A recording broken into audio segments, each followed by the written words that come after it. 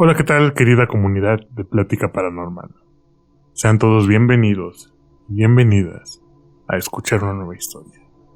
En los pueblos de México existen devociones ocultas, sectas y grupos de personas que se esconden en las sombras para realizar pactos, rituales y cosas inhumanas.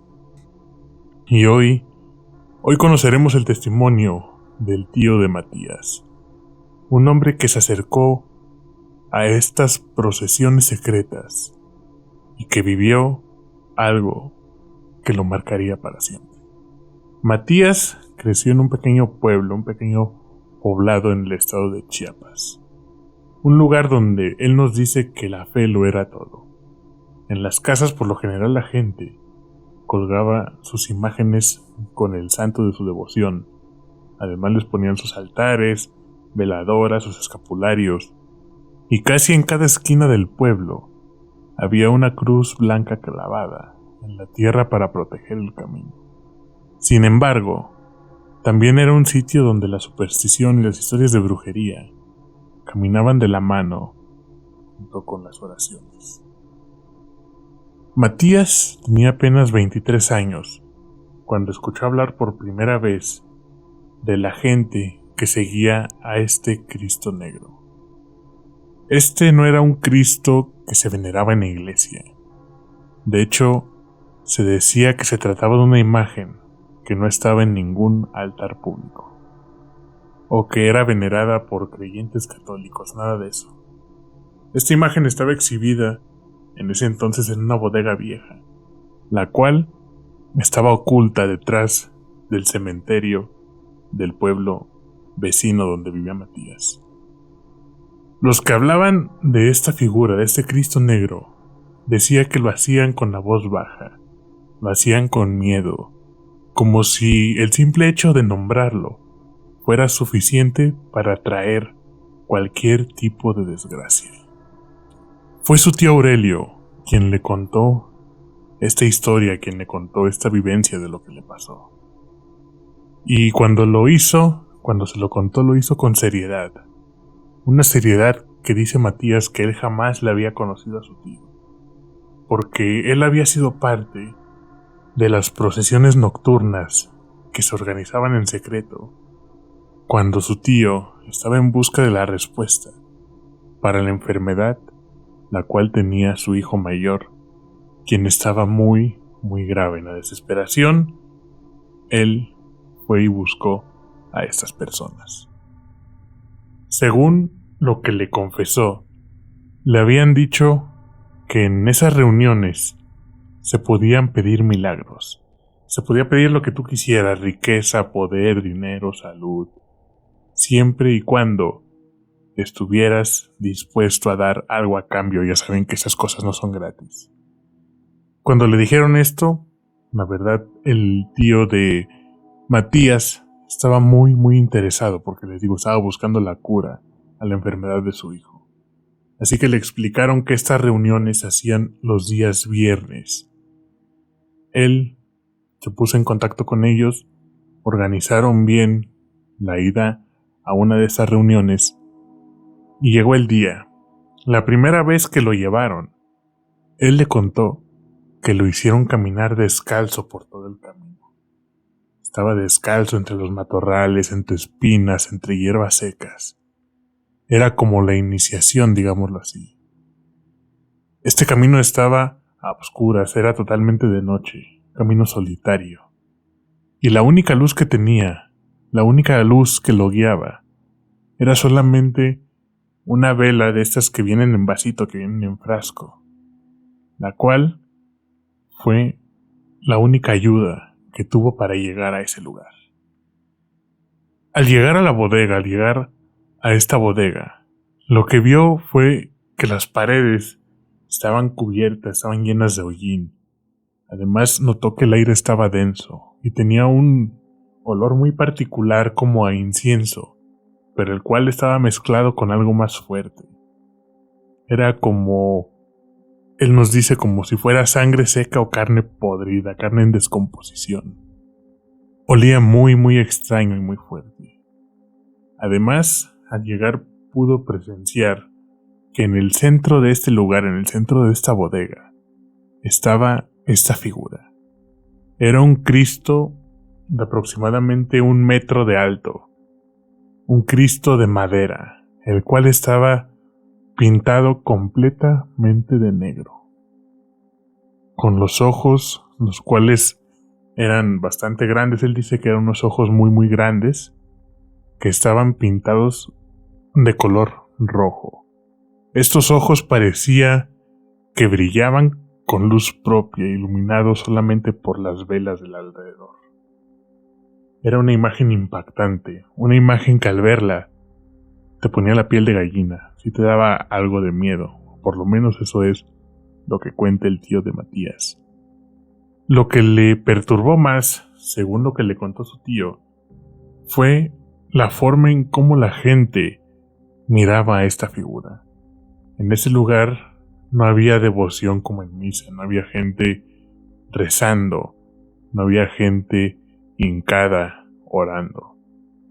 Frente de la imagen había hombres y mujeres, los cuales al llegar se arrodillaban y se golpeaban el pecho con fuerza.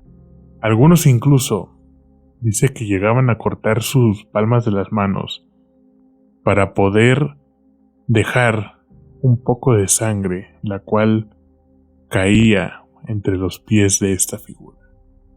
Era gente que él comenta estaba histérica, tenía como esa expresión de miedo, esa expresión de terror, y que esta devoción o que estos actos que hacían no era tanto porque creyeran en esa figura, sino porque le temían a esta figura.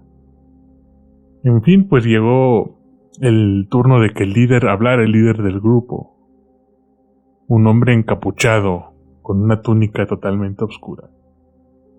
Esta persona les pidió callar y formar un círculo alrededor. Todos en el lugar obedecieron al instante sin chistar, sin decir ni una sola palabra. En cuanto se acomodaron, comenzaron a rezar, pero no eran rezos comunes, no eran rezos como los que conocemos tú y yo. No era un Padre Nuestro o un Ave María. Esas palabras, según Aurelio, según el tío de Matías, se podrían describir como palabras obscuras que no se atrevió a mencionar nuevamente. Además, esas palabras estaban mezcladas con cánticos en lenguas.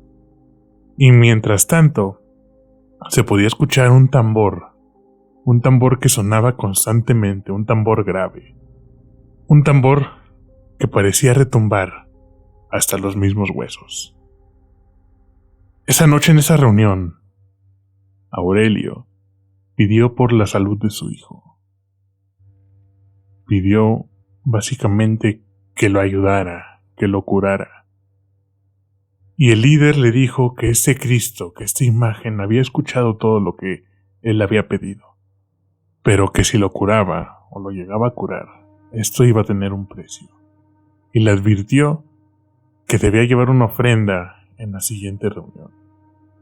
Este sería un animal de sangre caliente.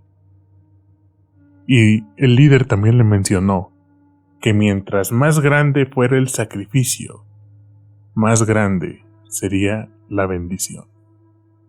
Cuando su tío le contó esto, comenta Matías que sus ojos se llenaron de lágrimas.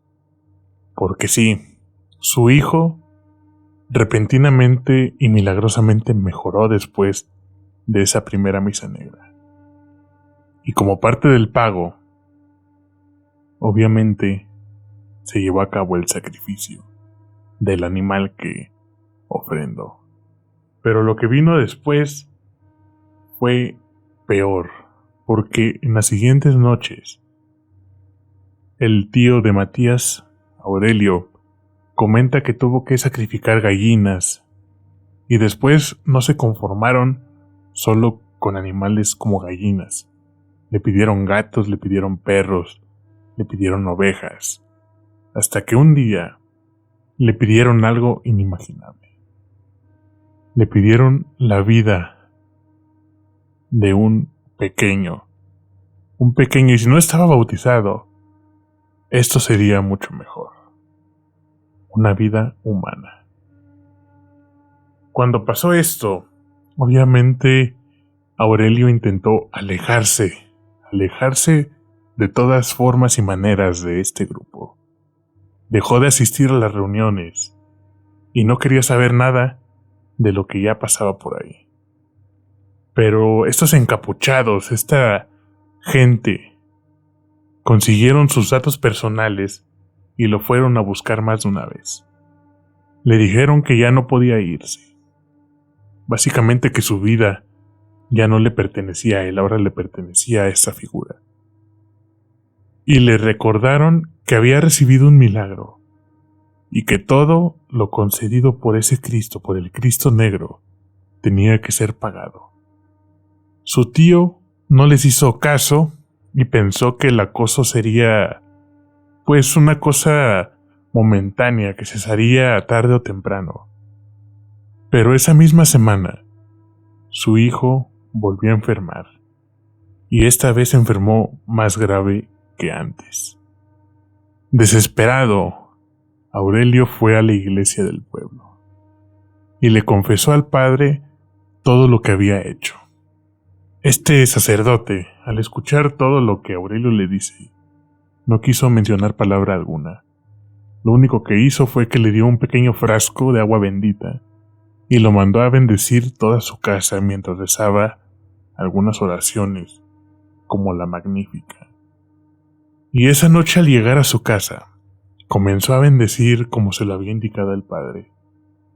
Hizo esto en cada rincón y en cada habitación de su casa.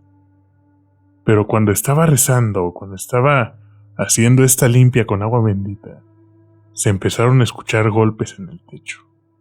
Era como si alguien estuviera caminando descalzo ahí arriba. Y cuando pasó esto, pasó que estaba escuchando estos pasos, él jura que pudo ver cómo esta agua bendita empezó a burbujear dentro del frasco como si estuviera hirviendo. Esa noche, algo pasó en su hogar, y lamentablemente no fueron cosas buenas. Lo que pasó es que su hijo, de la nada, tuvo complicaciones con esa enfermedad que lo aquejaba anteriormente. Y esa madrugada, desgraciadamente, falleció al amanecer. Desde entonces, su tío Aurelio nunca volvió a ser el mismo. Y esto que nos cuenta Matías es algo que le contó muchos años después de que viviera esa terrible experiencia.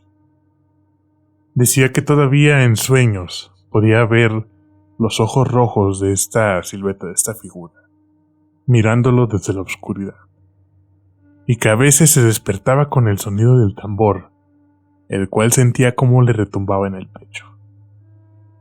Por si se preguntan qué pasó con este grupo, con esta secta, este grupo de personas y esta figura de este Cristo, pues en el pueblo todavía se habla en secreto de esta secta. Algunos dicen que sigue existiendo y que en las reuniones ahora no son en esa bodega donde fue Aurelio, ahora son más lejos, en la sierra, y que el Cristo negro sigue ahí, esperando a quien busque hacer pactos fáciles, cobrando siempre un precio muy alto por ellos. Después de escuchar lo que ocurrió con este culto secreto a este Cristo negro, quiero invitarte a seguir explorando algunas historias que te dejarán la sangre helada. Si te atreves, tienes que escuchar el testimonio de un joven de Guerrero, quien en un camino solitario se encontró con algo que parecía humano hasta que le mostró su verdadera forma. O también puedes escuchar la experiencia de una familia en Catemaco, que en las noches de calor presenció como una luz en el cielo se transformó en algo mucho más aterrador de lo que cualquiera hubiera imaginado. Podrás escuchar estas historias en los videos que te estarán apareciendo en pantalla. Yo soy Ángel, y recuerden, esto no es ficción. es Plática Paranormal. Nos vemos.